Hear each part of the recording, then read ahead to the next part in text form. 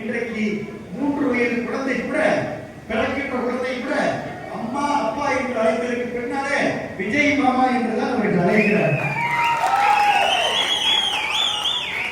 முதல்ல அவங்களுக்கு தெரிஞ்சது அம்மா அப்பா, அதுக்கப்புறம் தெரிஞ்சது விஜய் மாமா. நான் வரேன். இந்த டயலாக் நீங்க எத்தனை மில்லியன் எத்தனை குழந்தைகளுடைய தளபதியின் நெஞ்சிலே குடியிருக்கக்கூடிய அன்பு தம்பிகள் எல்லாம் மேடையில் வைக்கிறீங்க. தளபதி நெஞ்சிலே குடியிருக்கக்கூடிய அன்பு தம்பிகள் எல்லாம் மேடை கீழே இருக்கிறீங்க. தளபதி நெஞ்சிலே குடியிருக்கக்கூடிய அன்பு தங்கைகள் எல்லாம் இடம் இல்லாம கீழே இருக்கிறீங்க. ஆனா தளபதி உங்க எல்லா நெஞ்சிலையும் நிரந்தரமா குடியிருக்கிறார். அதான் முக்கியமான விஷயம். அதனால தம்பிகள் நீங்க தெம்பா இருங்க. என்னுடைய அன்பு தம்பிகளை நம்முடைய மாவட்ட கழகத்துடைய சார்ந்த நம்முடைய மாவட்ட அமைச்சர் முகமது பர்வேஸ் இருக்கிறார், நம்முடைய பொதுச் செயலாளர் குஷியானந்த் இருக்கிறார், நமக்கு மரியாதைக்குரிய நம்முடைய எல்லாவற்றிற்கும் மேலாக நம்முடைய தளபதி இருக்கிறார், எல்லாவற்றிற்கும் மேலாக மக்கள் இருக்கிறார்கள். நீங்கள் எல்லோரும் தெம்பா இருங்க. உங்களுடைய உழைப்புக்கு எல்லாருக்கும் உரிய அங்கீகாரம் இருக்கும்.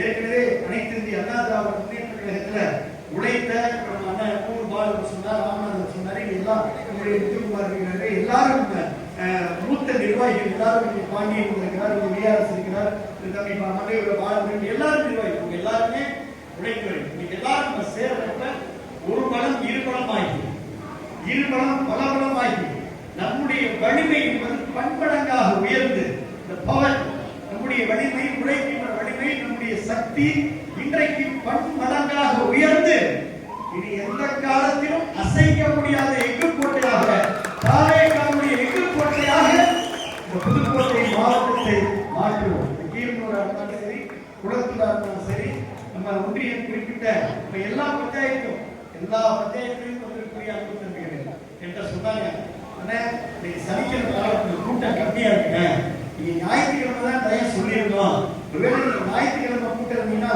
இதை விட பெரிய கூட்டம் தாங்க, சனிக்கிழமை வச்சதுக்கே மண்டபம் ஆகல, ஒருவேளை ஞாயிற்றுக்கிழமை நாங்க டேட் கொடுத்திருந்தா மண்டபம் பண்ண முடியாது, ஓபன் கிரவுண்ட்ல தான் போட முடியும், பெரிய கிரவுண்ட் தான் பிடிக்கணும்.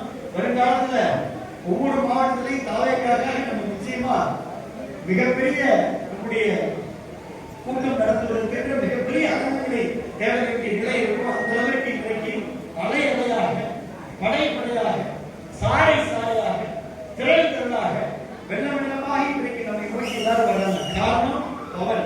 யாரோட பவர்? மக்களோட பவர். ஈர்ப்பு. யாரோட ஈர்ப்பு?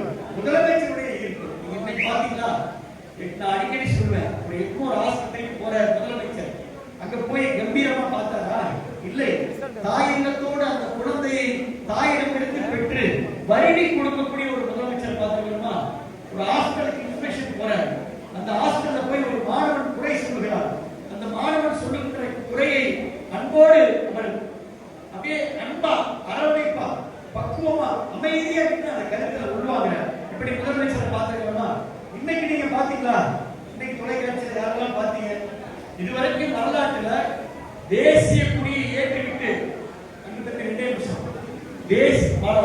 தேசிய கொடியை ஏற்றிவிட்டு எல்லோரும் வாகனத்திலே செல்வார்கள்.